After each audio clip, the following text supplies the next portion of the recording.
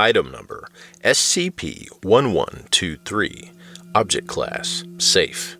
Special Containment Procedures. To prevent degradation of SCP-1123 and its markings, it is to be kept in a hermetically sealed container in an argon gas atmosphere when not being tested. During testing and storage, light exposure should be limited to 50 lux, temperature between 20 and 24 degrees Celsius, and relative humidity at 55%. SCP-1123 should only be transported in its container and should not be handled except during a controlled experiment. When not being tested, it will be stored in a secure climate-controlled locker at Site-19. Description: SCP-1123 is a human skull missing the lower mandible and all its teeth. Across the exterior squama frontalis is modern Khmer script written in human blood that translates as "Remember." Both skull and blood have been definitively dated to 1970, and genetic testing confirms that both are from the same individual. SCP-1123 was discovered in 1980 by Colonel Hu of the Vietnamese People's Army within a collection of human remains in the custody of the Museum in Cambodia. SCP-1123 was intercepted by Foundation agents as it was being delivered to Hanoi. The Khmer script is badly faded and invisible to most subjects beyond 5 meters distance.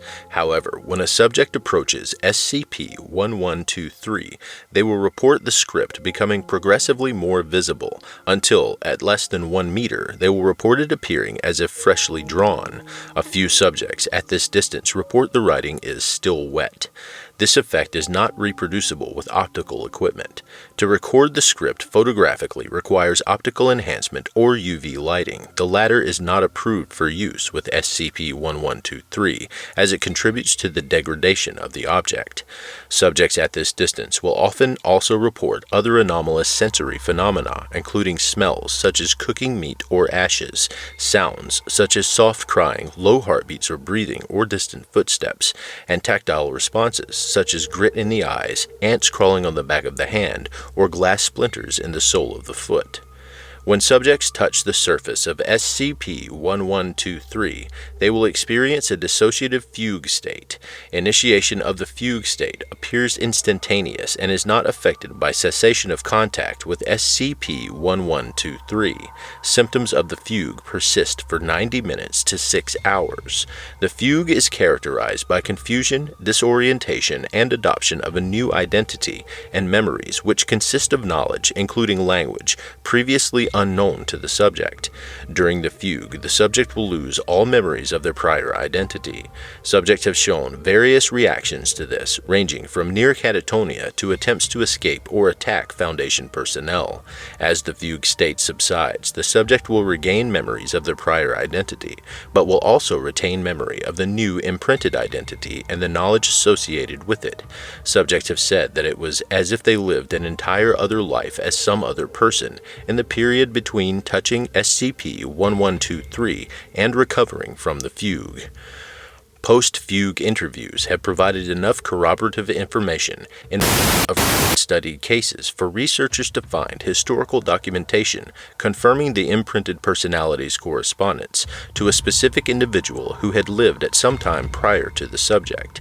There appears no connection between the origin of the imprinted personality and the identity of the subject based on age, genealogy, gender, ethnicity, or national origin. Imprinted personalities share the following characteristics. 1. The imprint died before the subject's birth. Dates have ranged to as early as 90 years prior to less than 1 year. 2. The imprint was a victim of subjugation, torture, and/or imprisonment.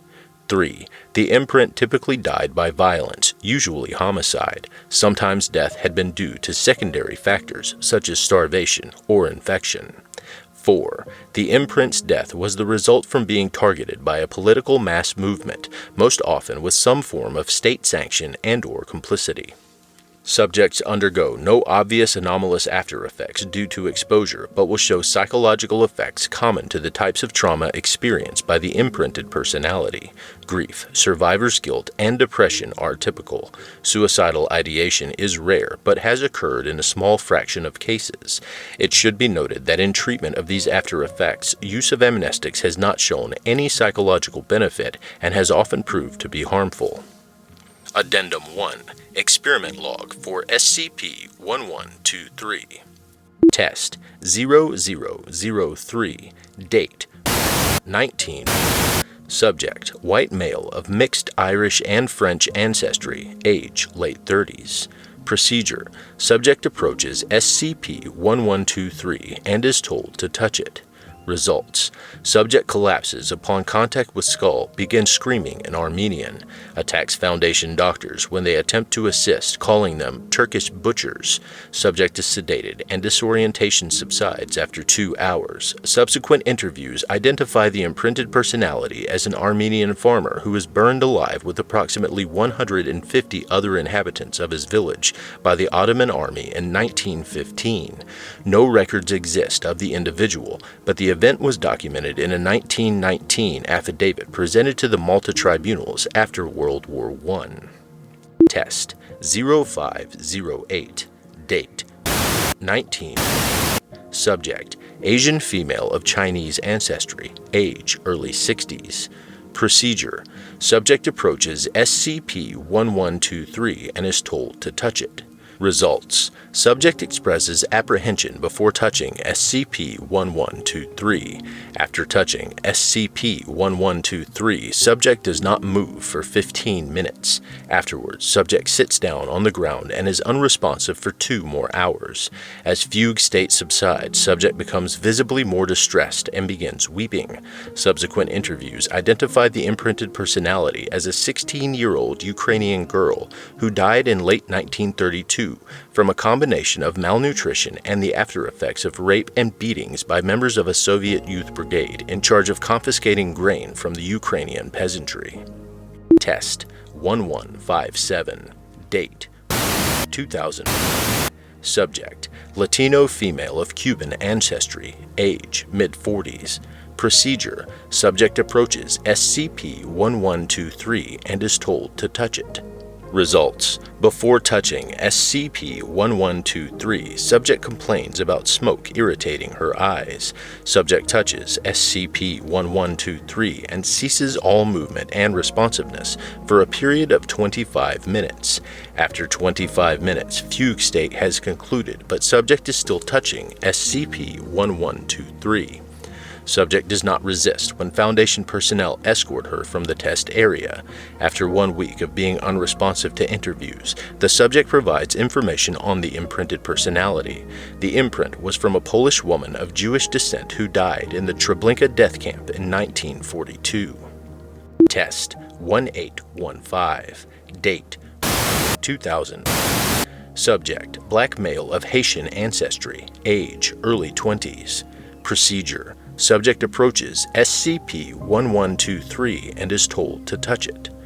Results, before touching SCP-1123, subject complains about a chemical smell and intense itching of the extremities.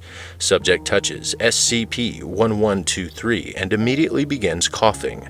The coughing fit subsides and subject expresses confusion and distress, but appears reassured when he realizes that the Foundation personnel present are American. Subject communicates a Sorani dialect of Kurdish spoken in Iraqi Kurdistan. Fugue subsides after 60 minutes. Interviews identify the imprinted personality as an 85-year-old victim of a mustard gas attack during the Iraqi regime's Anfal campaign in 1989. Note, first instance of an imprint personality that postdates SCP-1123's origin.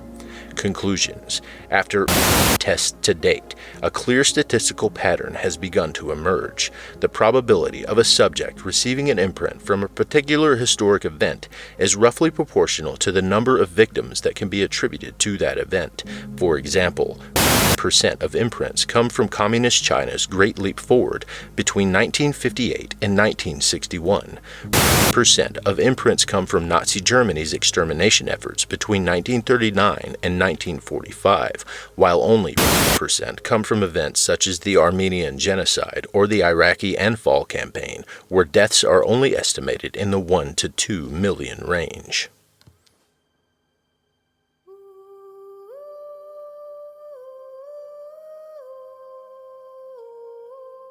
If you like this podcast, subscribe and share it with the community. You can find it on iTunes, Spotify, and Google Podcasts under Kelsey Narrates. You can send me comments at kelseynarrates.blogspot.com, and you can support financially through patreon.com/kelseynarrates. Credit to the original authors, Andrew Swan. Content relating to the SCP Foundation, including the SCP Foundation logo, is licensed under Creative Commons Sharealike 3.0, and all concepts originate from www.scpwiki.com and its authors. This recording, being derived from this content, is hereby also released under Creative Commons Sharealike 3.0.